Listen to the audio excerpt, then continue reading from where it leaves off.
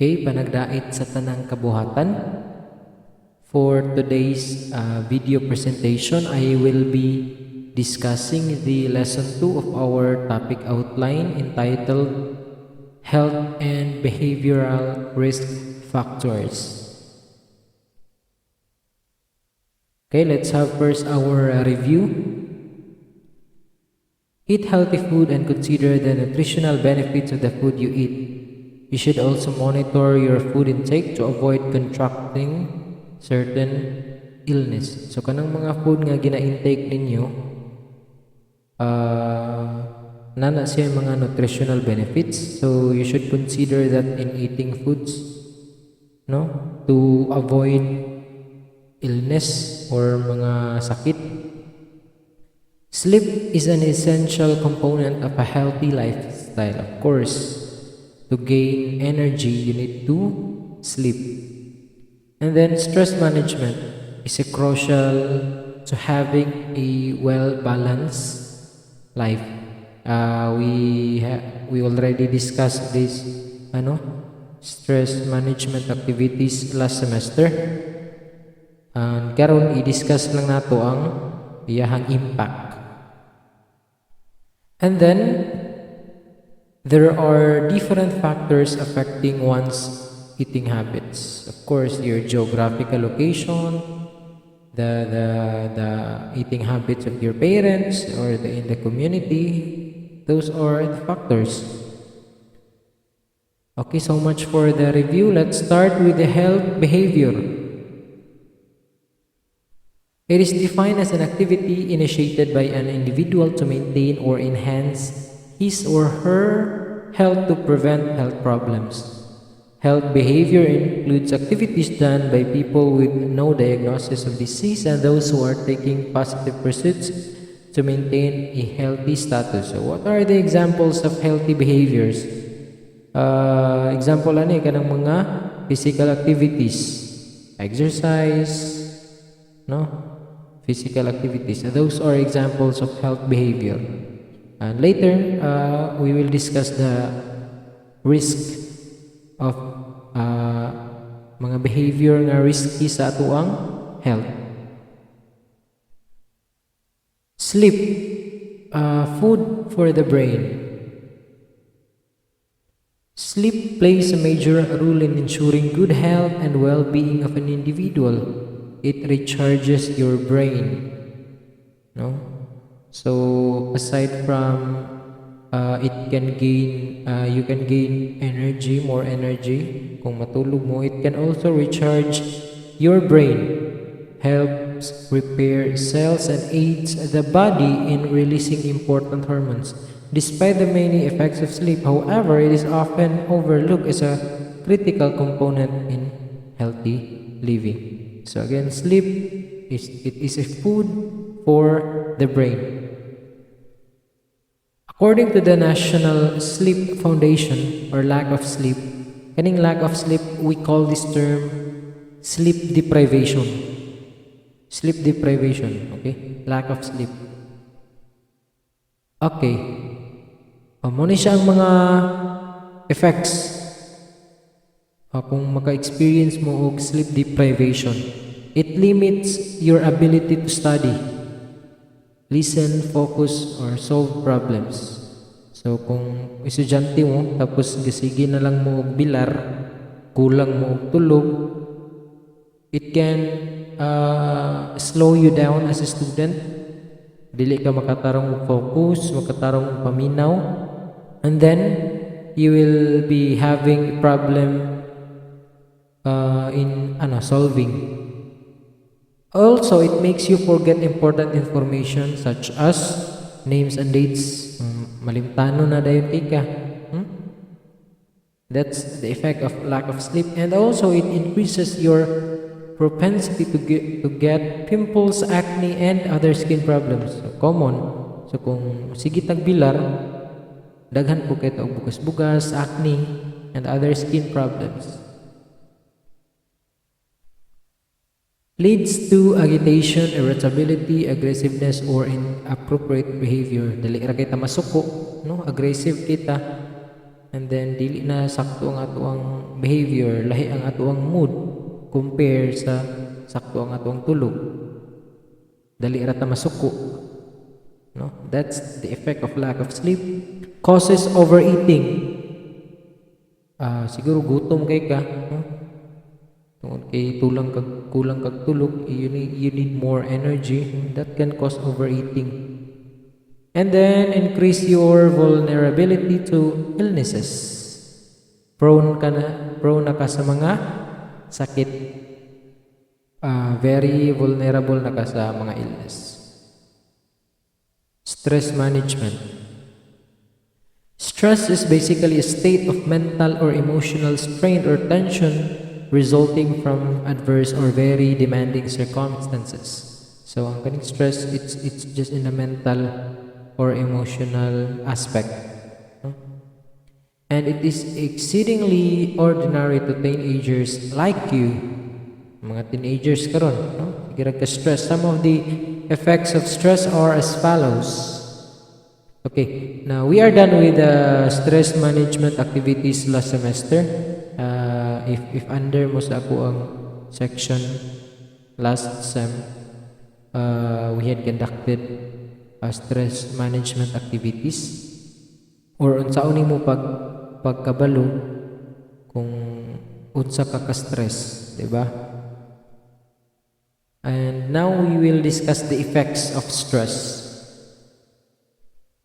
You may feel nervous or anxious. Sige ra kag kakulbaan kung pirmi ka stress. Feeling tired, pirmi na lang kag ikapoy. Of course, kay stress man kay ka, imong brain stress na kayo, kay mental and behavioral or emotional state man ng stress. So once dili sakto ang imong state of mind, you will really feel tired, no? Procrastinating or neglecting responsibilities. Sige na lang kag unya. No? That's the effects of stress. Okay, feeling overwhelmed, having negative thoughts and changes in sleeping habits. Sige na lang ka hunahuna og mga negative. And then ang kanipong stress maka-affect pud ni sa imong sleeping habits. It can cause sleep deprivation, katong gidiscuss ganina.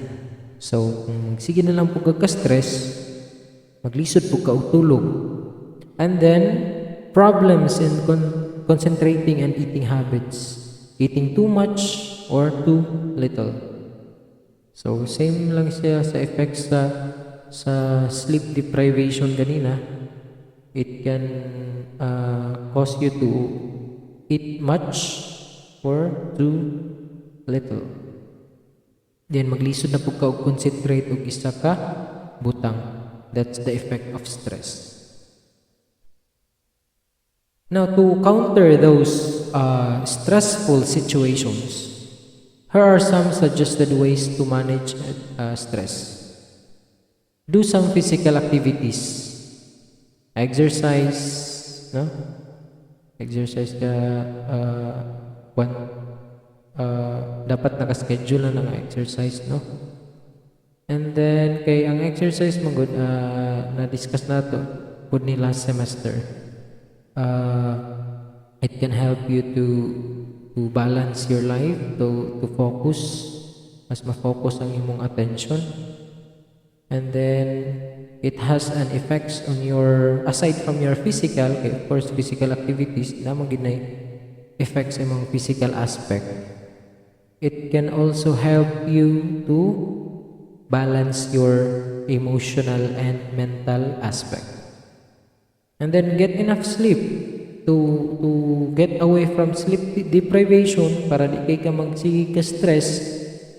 You need to sleep. Kay di ba ang stress is the state of mind. And then ang sleep, it is the food for the brain. So para mabusog, no, in terms of mabusog ang ato ang brain, you need to sleep. Balance your life, your emotional aspect, mental aspect, physical, spiritual aspect to manage stress. And then spend time to help other people. It can help you manage your stress. And then find someone to talk with. Okay, this is very important, no? Find someone to talk with. If you have problems, kay mo mo gani mga problema maka cause ng gini siya og stress sa mga tao. So if you have problems, find someone to talk with. Ipagawas na diha, no? Okay, as a human being, we rely on communications, socializations to survive. So you need someone to talk with your problems. Paggawas na di tanan, release them. Okay, those are some ways, some suggested ways to manage your stress. Okay, relationship of health, behavior, and behavioral risk factors. Behavioral risk factors are behavior patterns that adversely affects one's health. They increase the probability of having a disease, a disability, or even a syndrome. Some examples of behavioral risk factors are smoking, alcohol consumption, obesity, physical inactivity, and even sexual activity. So, kung ang imong mga health behavior, even though gasige na lang kag exercise, but then magsige po kag inom, magsige kag panigarilyo, tapos obese na kay ka, magsigir kag kaon, maskin busog na ka, magsigir kag kaon, tapos kulang ka sa exercise and even sexual activity, no? Those are behavioral risk factors. So you need to minimize these activities. Kaya even though nag-exercise ka, nag-eat ka og healthy foods, but then again nag-practice po ka ng behavioral risk factors, wala lagi hapon to effect. Okay, essential learning. Health behavior is defined as an activity initiated by an individual to maintain or enhance his or her health, to prevent health problems, or to achieve a positive body image. Activities done by people with no diagnosis of disease and by those who are taking positive pursuits to maintain good health and well-being also qualify under health behavior. And that would be all. I hope you learned something today. If you have questions, I will post this video to my YouTube channel. If you have questions about our topic, you can directly ask questions to our group chat, or even comment your questions to the comment section sa atuang YouTube channel. And then for your activities, I will post your naka-post na inyong activity sa Genio, so you just need to answer these questions. And then that's it. We are done with our prelim coverage. After this, we will be having an exam, then we will proceed to the midterm discussion. And that would be all. I hope you learned something today. See you next week for our exam, and then next week for another video presentation. Thank you.